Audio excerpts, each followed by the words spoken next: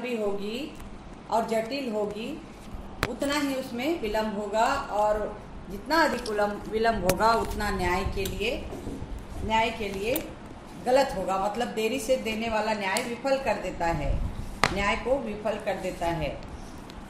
Daily defect the justice, यानी विलम्ब से दिया गया न्याय जो है वो सही नहीं होता। अतः स्वस्थ और सफल न्याय प्रशासन के लिए न्यायिक प्रक्रिया का शीघ्र और संक्षिप्त होना जरूरी है। और फिर छोटे और सामान्य प्रकृति के जो अपराध होते हैं उसके लिए तो समरी ट्रायल बहुत जरूरी है, संक्षिप्त विचारण बहुत जरूरी है। यदि छोटे मोटे केसेस को कोर्ट जो है लंबा खींचेगी तो फिर बाकी केसेस का क्या होगा।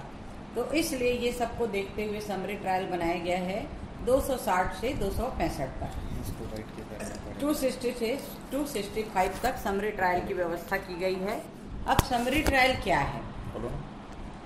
Summary trial, meaning of summary trial. Summary trial का मतलब है संक्षिप्त विचारण से अभिप्राय कार्यवाहियों को संक्षिप्त में अभिलिखित करने से है। इसके लिए विस्तृत साक्ष्य लिया जाना और लंबे निर्णय लिखा जाना आवश्यक नहीं है।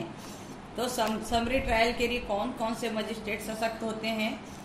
260 CRPC सेक्शन, इसके लिए सशक्त होते हैं chief judicial magistrate, metropolitan magistrate और हाई कोर्ट द्वारा जो भी मजिस्ट्रेट को इसके लिए प्राधिकृत किया गया है, जैसे JMFC।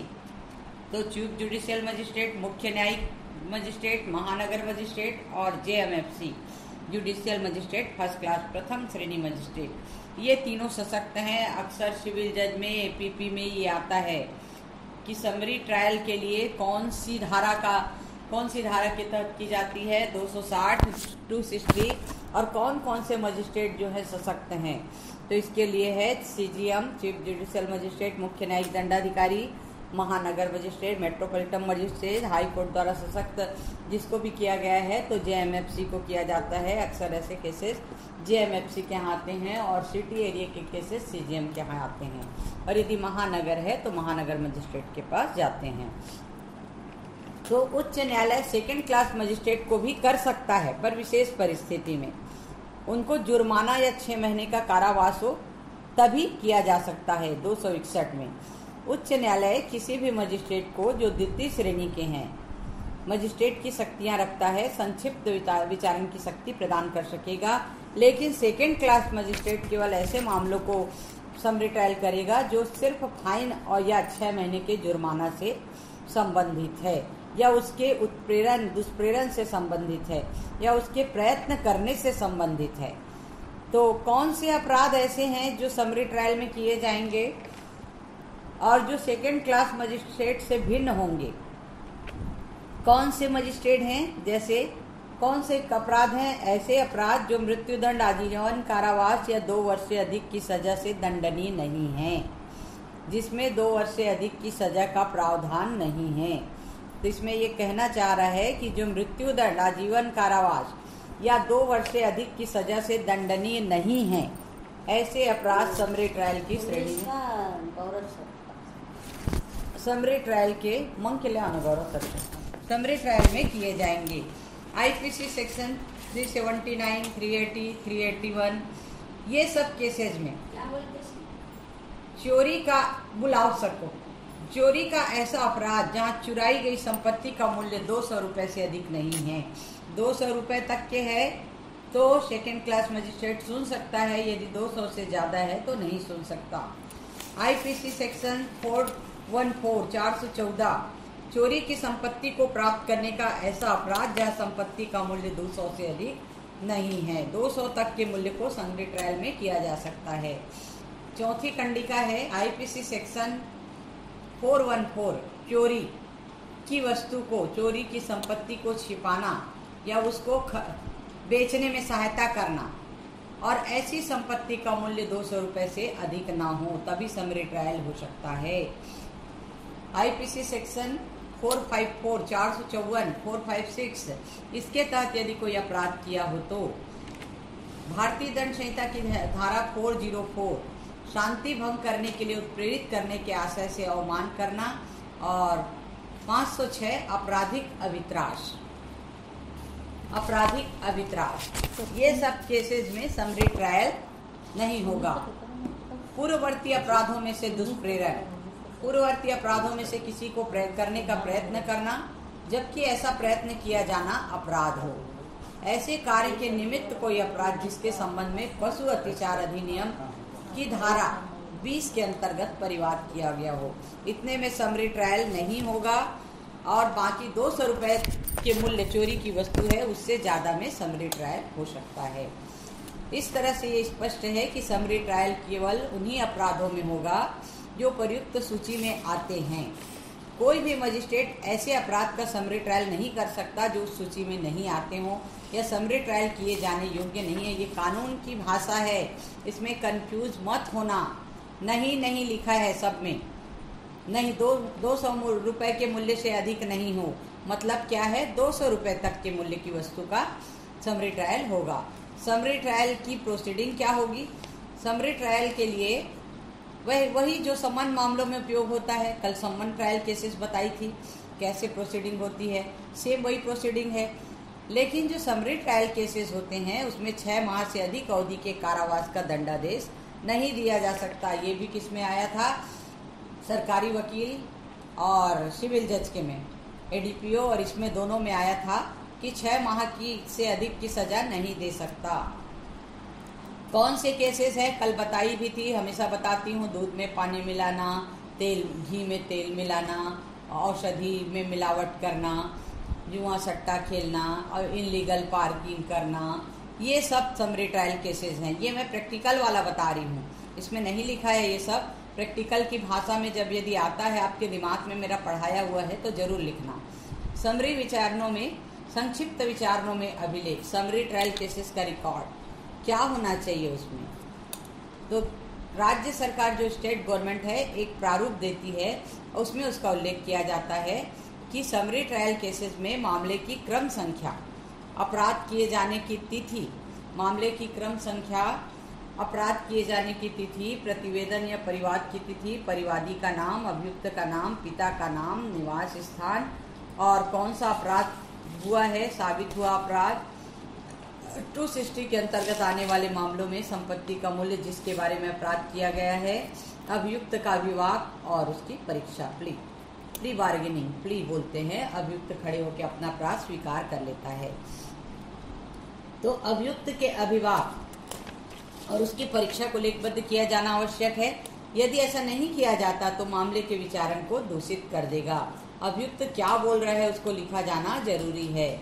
उसके बाद निष्कर्ष लिखा जाएगा, फिर दंडादेश या अंतिम आदेश, उसको क्या सजा दी गई है, अंतिम आदेश क्या हुआ है, कार्यवाही के समाप्त होने की तिथि, खत्म केस के कब ये डिसमिस हुआ है, उसका ये कब फाइनल डिसीजन हुआ है। तो ये 10 ऐसी कंडिका है जो समरी ट्रायल केसेस में रिकॉर्ड के रूप में रखा जाता है। अब डिसीजन में क्या होगा?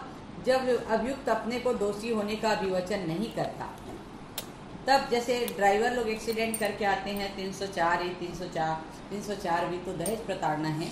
304 ए में उतावलेपन से गाड़ी चलाना, उतावलेपन से गाड़ी चलाना, यदि वो गाड़ी चला रहा आके स्वीकार कर लेता है तो उसको सजा हो जाती है और केस नहीं चलता है। ये भी इस केसेस में आता है। तो मामले में दिए गए साक्ष्य का सारांश लिखेगा और अपने निष्कर्ष के कारणों को संक्षिप्त में लिखेगा और ऐसे कारण साक्ष्य पर आधारित होंगे और अभिलेख और निर्णय की भाषा न्यायालय की भाषा होगी। सभी प्रकार के अभिलेख जो है निर्णय की भाषा में होंगे और उच्च न्यायालय द्वारा प्राधिकृत किए जाने पर ऐसे अभिलेख जो है निर्णय अधिकारी द्वारा तैयार किए जाएंगे और उसके सिग्नेचर होंगे और सील लगेगा और ये न्यायालय की भाषा में ही डिसीजन लिखे जाएंगे। तो ये तो हो गया समरी ट्रायल। समरी ट्रायल, किसी को कुछ पूछना है इसके बारे में? पूछना है? ये पूरा एक चैप्टर कंप्लीट हो गया।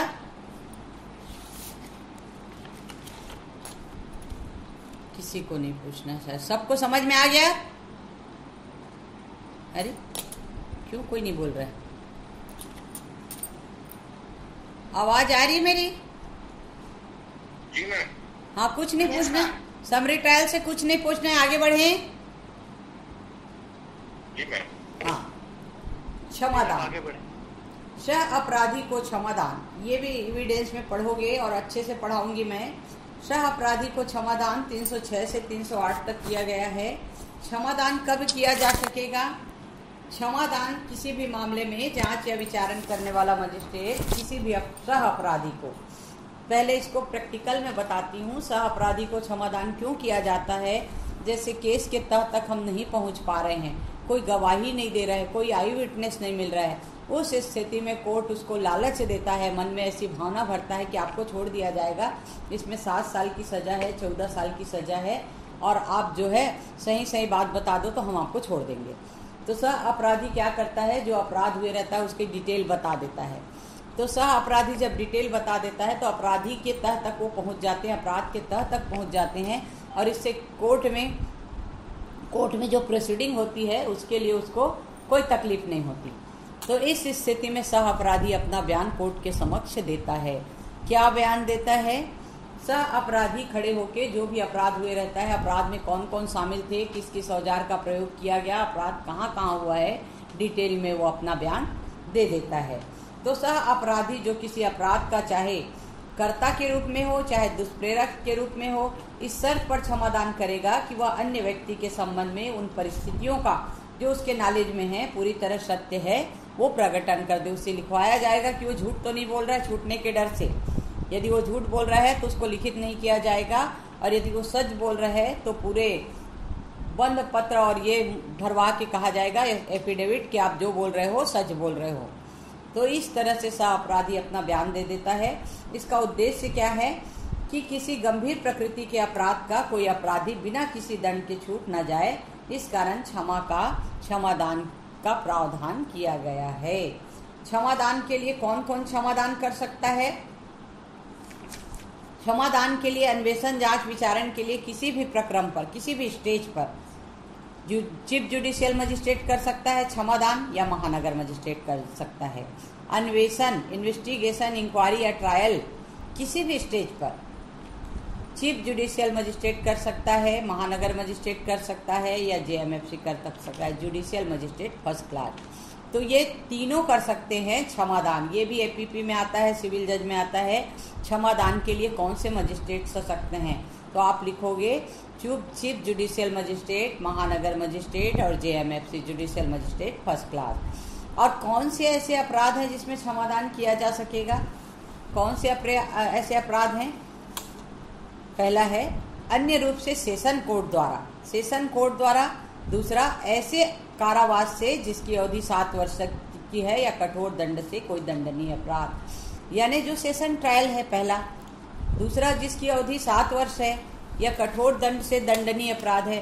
पुस्तक से पढ़ोगे तो लॉ की भाषा समझ नहीं आएगी, इसलिए मेरे जो सामान्य भाषा में बताती हूँ उसको ध्यान में रखा करो। पुस्तक की भाषा अगेंस्ट में जा रही है ऐसा लगता है, जो लॉ नहीं पढ़े रहते वकील लोग ही समझ पाते हैं, तो आप लोग अभी पढ़ रहे हो। तो सेशन ट्रायल जो केसेस होते हैं और जिसमें 7 साल की सजा है और जिसमें कठोर दंड का प्रावधान है, ऐसे अपराध में क्षमादान किया जा सकेगा। अब क्षमादान करने वाले मजिस्ट्रेट का क्या कर्तव्य है? क्षमादान तो करेगा, लेकिन उसके पहले उसकी ड्यूटी क्या है? क्षमादान के कारणों को लिखित में देगा, अभिलिखित करेगा कि कौन से अपराध में उसने क्षमादान किया है और क्यों किया है, और यह भी अभिलिखित करेगा कि क्षमादान उस व्यक्ति द्वारा किया गया है जिसने उसने स्वीकार भी किया है या नहीं। स्वीकार किया है तब क्षमादान के लिए उसको ये किया जाएगा, और नहीं किया है तो नहीं किया जाएगा। वो कुछ हमको बताएगा नहीं तो उसको क्षमादान हम क्यों करेंगे, है ना। और अभियुक्त को ऐसे अभिलेख की एक प्रति निःशुल्क देगा। जो क्षमादान के कारणों को लिखा रहेगा उसकी एक प्रति अभियुक्त को दिया जाएगा। क्षमादान स्वीकार करने वाले व्यक्ति के बारे में प्रावधान। क्षमादान ऐसा नहीं है हम क्षमादान देंगे वो स्वीकार भी कर लेगा, दोनों तरफ से हम क्षमादान दे रहे हैं और स्वीकार करने वाले की भी सहमति होनी चाहिए। तो स्वीकार करने वाले व्यक्ति के बारे में क्या कहता है कानून, कि प्रत्येक व्यक्ति को अपराध का संज्ञान करने वाले मजिस्ट्रेट के न्यायालय में या पश्चातवर्ती विचारण में कोई साक्षी हो तो उसकी पूर्व परीक्षा करेगा। साक्षी के रूप में करेगा, अपराधी के रूप में नहीं करेगा, अपराधी के रूप में परीक्षण नहीं करेगा। रणधीर बासु बनाम पश्चिम बंगाल। इस केस में कहा गया है सुप्रीम कोर्ट ने कि यह आवश्यक नहीं कि इकबाल साक्षी का परीक्षण खुले न्यायालय में किया जाए और उसका परीक्षण मजिस्ट्रेट के कक्ष में हो। मजिस्ट्रेट के कक्ष में हो ये जरूरी नहीं है। और प्रत्येक व्यक्ति जो जमानत पर हो, विचारण समाप्त होने पर इसको अभिरक्षा में पुलिस कस्टडी में लाया जा सकता है।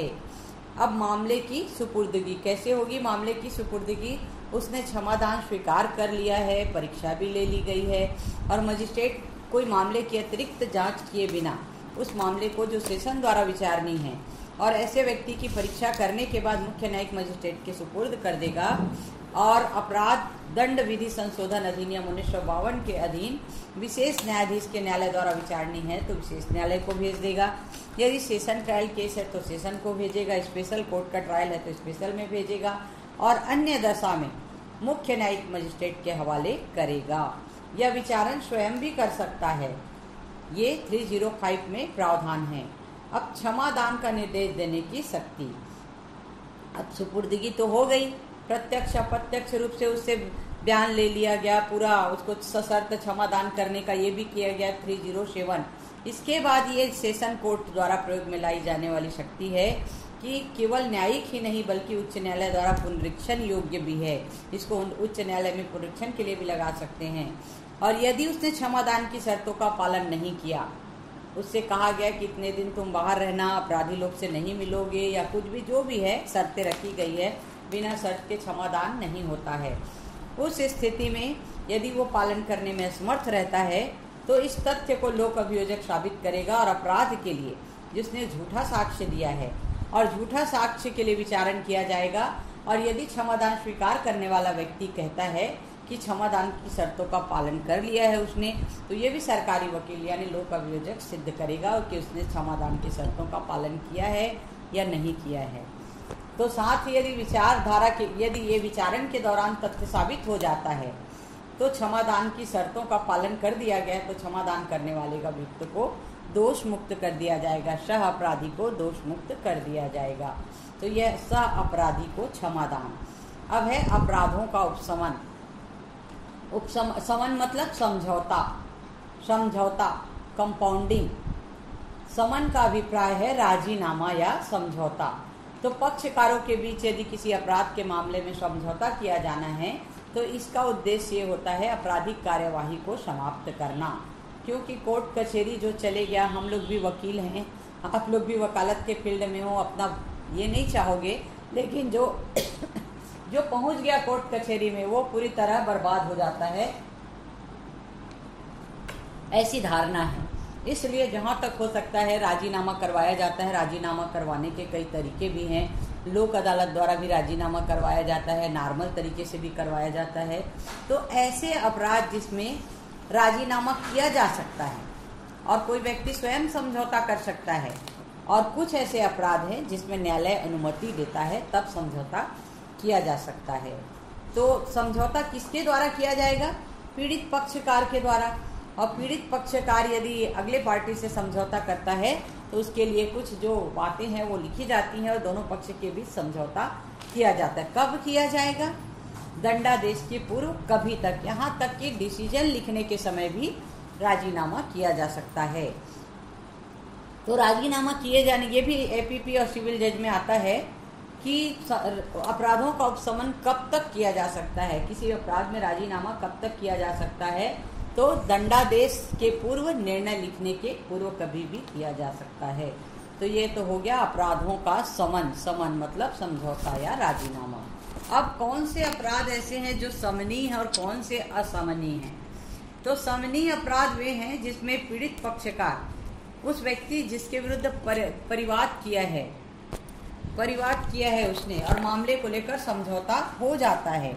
समझौता योग्य जो ऐसी धाराओं के केस हैं जिसमें समझौता किया जा सकता है।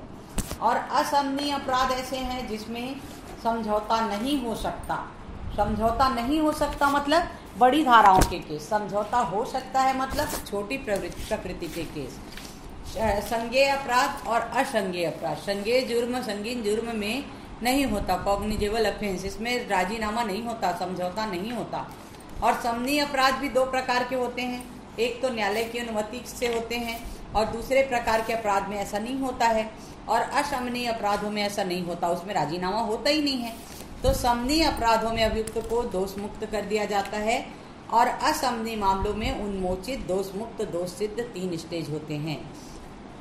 समनीय अपराध वे अपराध है जो संहिता की धारा 320 में उल्लेखित हैं, 320 में है, और शमनीय अपराध के अलावा सभी अपराध अशमनीय हैं।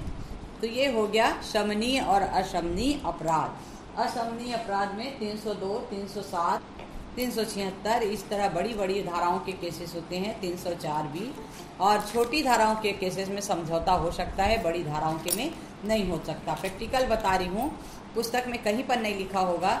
ये जो बड़ी धाराओं के केसेस हैं, सेशन ट्रायल केसेस, उसमें पक्ष, हम लोग जो गवाह होते हैं उनको होस्टाइल कर देते हैं। होस्टाइल यानी पक्षद्रोही, इसको भी मैं इसमें पढ़ाऊंगी एविडेंस में। पक्षद्रोही साक्षी जो पुलिस को कुछ बताता है और कोर्ट में आके कुछ बोलता है, एकदम पलट देता है, उसको पक्षद्रोही बोलते हैं। तो पूरा अगेंस्ट में हो गया तो केस हमारे पक्ष में हो गया।